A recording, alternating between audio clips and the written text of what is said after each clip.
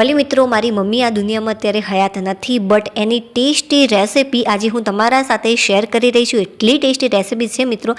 સૌથી પહેલાં તો હું તમને આનો ટેસ્ટ કરી જણાવું કે જે રેસિપી છે ખરેખર કેવી બની છે. અરે વાહ ફ્રેન્ડ્સ, ખરેખર સુપર, મારી મમ્મી જેવી બનાવે છે એવી જ બની છે. તો ચાલો જોઈ લઈએ સરસ મજાની આની નવી રેસિપી, એકદમ ટેસ્ટી છે. તો આ રેસિપી બનાવવા માટે સૌથી પહેલાં 2 મીડિયમ સાઇઝના ટામેટાને મેં મોટા ટુકડામાં કટ કરી લીધા છે. તમે જોઈ શકો છો જે ટામેટાની સાઇઝ છે, તો બસ આ જ સાઇઝના મેં 2 ટામેટા લીધા હતા અને મોટા ટુકડામાં મેં એને કટ કરી લીધા. હવે આપણે આની અંદર કેપ્સિકમ એડ કરીશું. તો પાવ વાટકી જેટલું કેપ્સિકમ અને પાવ વાટકી જેટલી મોટા ટુકડામાં કટ કરેલી આપણે ડુંગળી એડ કરીશું. જો કેપ્સિકમ કે ડુંગળી ન હોય તો તમે ફક્ત ટામેટાથી પણ આ રેસિપી તૈયાર કરી શકો છો. 4 મીડિયમ સાઇઝની જે લસણની કળીઓ હતી એને મેં વાટી લીધી. ત્યાર પછી આપણે આની અંદર એડ કરીશું એક નાની ચમચી જેટલી લસણની કળીઓ એડ કરી વાટીને ત્યાર પછી મેં આની અંદર સ્વાદ અનુસાર મીઠું, લાલ મરચું પાવડર, થોડુંક જીરું એડ કરીશું. બહુ વધારે એડ નથી કરવાનું. 5 ચમચી જેટલું જીરું લીધું છે અને જે મરચું છે મિત્રો એ મેં તીખું લાલ મરચું પાવડર લીધું છે, તો એ એડ કર્યું છે મેં એક નાની ચમચી જેટલું. હવે આની અંદર 2 મોટી ચમચી ભરીને આપણે દળેલી ખાંડ એડ કરીશું. જો દળેલી ખાંડ ન હોય તો તમે આખી ખાંડનો પણ ઉપયોગ કરી શકો છો. હવે બસ આપણે આને સારી રીતે મિક્સ કરી લઈશું. અને જો મિત્રો તમે ચમચીની જે સાઈઝ છે નાની હોય તો 4 ચમચી જેટલી તમારે દળેલી ખાંડ એડ કરવાની. ત્યાર પછી મિત્રો અહીંયા મેં લીધી છે એક કટર. જો કટર ન હોય તો તમે મિક્સર જારનો પણ ઉપયોગ અહીંયા કરી શકો છો, બટ કટરની અંદર બહુ જ સરસ થોડુંક અધકચરું રહે આપણે એ ટાઈપનું આની અંદર ક્રશ કરવાનું છે, એટલા માટે મેં અહીંયા કટરનો ઉપયોગ કર્યો છે. બધું જ મિક્સર આપણે આની અંદર એડ કરી દઈશું. જે રસો છે સરસ મજાનો થોડોક ઘટ થઈ ગયો કેમ કે આપણે આની અંદર દળેલી ખાંડ એડ કરી છે, એટલા માટે હવે ઢાંકણ બંધ કરી અને આપણે ક્રશ કરી લઈશું. જેટલું બને એટલું આપણે ક્રશ કરવાનું છે. તો તમે જોઈ શકો છો જે કટર છે એની અંદર બહુ જ સરસ રીતે ક્રશ થઈ જતું હોય છે. આટલું પરફેક્ટ છે. એકદમ આપણે ગ્રેવી નથી કરી દેવાની. આ રીતનું થોડુંક અધકચરું રાખીશું કે જેથી જે આનો ટેસ્ટ છે વધારે સારો લાગે. હવે આપણે એક બાઉલ લઈશું અને આની અંદર અડધી વાટકી જેટલા સેવ મમરા, પાવ વાટકી જેટલી મગની દાળ, પાવ વાટકી જેટલી મેં લીધી છે ચણાની દાળ, જે તૈયાર પેકેટ આવે છે બસ એ જ લીધા છે. અડધી વાટકી કરતાં થોડીક ઓછી આલુ સેવ લીધી છે. તમને જે પસંદ હોય એ તમારી રીતે તમે નમકીન લઈ શકો છો. તમને જો પસંદ હોય તો વેફરને પણ આની અંદર તમે એડ કરી શકો છો, બટ એકદમ ઝીણો ભૂકો કરીને વેફરને એડ કરવાનું. જે આ સેવ મમરા છે મેં બાઇટ્સના તીખા જે લસણિયા સેવ મમરા આવે છે બસ એ જ લીધા છે. તમે બાલાજીના સેવ મમરાનો પણ ઉપયોગ કરી શકો છો જે તીખા આવે છે. મિત્રો ખરેખર જે આ મિક્સર છે એ ટેસ્ટી બન્યું છે અને આની અંદર કોઈ પણ પ્રકારના મસાલા કે ડુંગળી કે લસણ બિલકુલ પણ એડ કરવાની જરૂરિયાત નથી.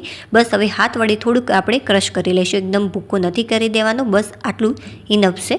ચાલો હવે આપણે આગળની પ્રોસેસ જોઈ લઈએ. તો મિત્રો અહીંયા મેં લીધો છે રોટલીનો બાંધેલો લોટ. નોર્મલી આપણે રોટલી કરવા માટે જેવો લોટ તૈયાર કરીએ છીએ બસ એવો જ લોટ છે.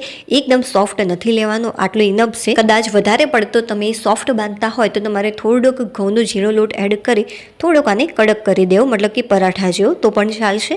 હવે મિત્રો અહીંયા મેં લીધી છે સોજી. જો તમારા ઘરે સોજી ન હોય તો તમે આની જગ્યાએ ઘઉંનો લોટ પણ લઈ શકો છો, બટ સોજીથી જે આનું ઉપરનું પડ છે સરસ મજાનું ક્રિસ્પી થતું હોય છે.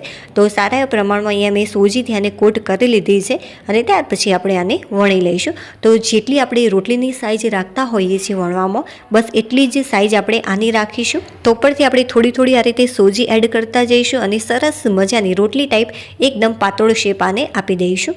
તો મિત્રો આ સાઇઝ પરફેક્ટ છે. હવે એક મોટો ગ્લાસ લઈશું અને આ રીતે ગોળ શેપ આપી લઈશું. જે સાઈડનો ભાગ છે એને મેં અલગ કરી દીધો છે. હવે આપણે એક પ્લેટની અંદર બધા જ શેપ એડ કરી દઈશું. અહીંયા મેં એક શેપ રાખ્યો છે. ત્યાર પછી જે આની કિનારી છે એના ઉપર આપણે થોડુંક પાણી લગાવી લઈશું. એકદમ ઓછું પાણી એડ કરવાનું છે, વધારે એડ નથી કરવાનું.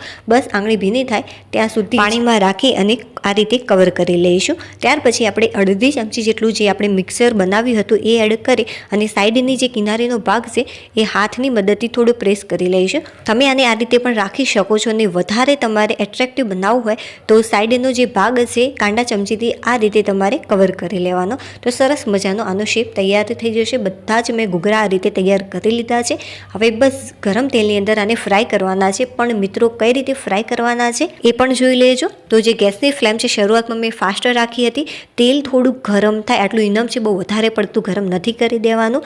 તેલ થોડું ગરમ થાય ત્યાર પછી જે ગેસની ફ્લેમ છે ધીમી કરીને જે આપણે ઘૂઘરા તૈયાર કર્યા છે બધા જ મેં આની અંદર આ રીતે એડ કરી કરી દીધા. તરત જ આપણે જારો એડ નથી કરવાનું, કેમ કે તેલની અંદર તમે જોઈ શકો છો ઘૂઘરા નાંગતાની સાથે સરસ મજાના ફૂલી ગયા છે. જો તરત જ તમે જારાથી આને ટર્ન કરશો તો એ કદાચ ફૂટી જશે, એટલા માટે તમારે તરત જ આને ટર્ન નથી કરવાનું. ઉપરનું જો પડ તમારે એકદમ ક્રિસ્પી કરવું હોય તો જે ગેસની ફ્લેમ છે બહુ ફાસ્ટ પણ નહીં અને બહુ ધીમી પણ નથી રાખવાની, મીડિયમ રાખવાની છે. તો મીડિયમ ફ્લેમ ઉપર જે આનો કલર છે ઉપરથી થોડુંક ચેન્જ થાય ત્યાં સુધી આપણે આને ફ્રાય કરી લઈશું. તો જે આ ઘૂઘરા છે ઉપરથી સરસ મજાના એકદમ ક્રિસ્પી થઈ જશે. જો વધારે ટાઈમ હોય તો તમે ધીમા તાપે પણ આને ફ્રાય કરી શકો છો, બટ ફાસ્ટ ફ્લેમ ઉપર આને ફ્રાય નથી કરવાનું. અને આ રીતે આપણે ધીરે ધીરે એક એક વાળતા રહીશું. તો મિત્રો જે આ ઘૂઘરા છે એનો જે કલર છે સરસ મજાનો આવી ગયો છે અને એકદમ ઉપરથી ક્રિસ્પી થયા છે. હવે આપણે આને એક પ્લેટની અંદર નીકાળી લઈશું. જો તમે આ જે ઘૂઘરા છે એને ડાયરેક્ટ ખાશો તો બિલકુલ પણ ખાવાની મજા નહીં આવે. આને સર્વ કરવાની મિત્રો એક અલગ રીત છે. જો તમે એ ફોલો કરશો તો જે આ ઘૂઘરા છે ખરેખર બહુ જ સરસ લાગશે અને કોઈને ખબર પણ નહીં પડે કે જે આ ઘૂઘરા છે તમે શેમાંથી તૈયાર કર્યા છે. તો ઘૂઘરાનો જે વચ્ચેનો ભાગ છે એને આપણે આ રીતે કટ કરી લેવાનો છે. બને એટલો વધારે કટ કરીશું કે જેથી જે આપણે સ્ટફિંગ તૈયાર કર્યું છે એ સારા એવા પ્રમાણમાં આની અંદર આવી જાય. આને એડ કર્યા પછી તમારે કોઈ પણ પ્રકારની ચટણીનો ઉપયોગ કરવાની જરૂર નહીં રહે, કેમ કે ઓલરેડી જે આ સ્ટફિંગ છે એ ગળપણ ખટાશ અને તીખાશથી ભરપૂર છે. તો એક નાની ચમચી જેટલું અહીંયા મેં સ્ટફિંગ એડ કર્યું. ઉપરથી થોડીક આલુ સેવ અને ડુંગળી એડ કરી દઈશું. તો મિત્રો બધા જ ઘૂઘરા મેં આ રીતે તૈયાર કરી લીધા છે. ઉપરથી થોડીક આપણે કોથમીર સ્પ્રિંકલ કરીશું. મિત્રો વિડીયો થોડો પણ પસંદ આવ્યો હોય તો પ્લીઝ વિડીયોને લાઇક કરી દેજો અને ચેનલ ઉપર નવા હોય તો ચેનલને સબસ્ક્રાઈબ ચોક્કસથી કરી દેજો કે જેથી મારી બધી જ નવી રેસીપી તમારા સાથે સૌથી પહેલાં શેર થઈ જાય. હવે આપણે ફરીથી મળીશું એક નવી રેસીપી સાથે. ત્યાં સુધી બાય.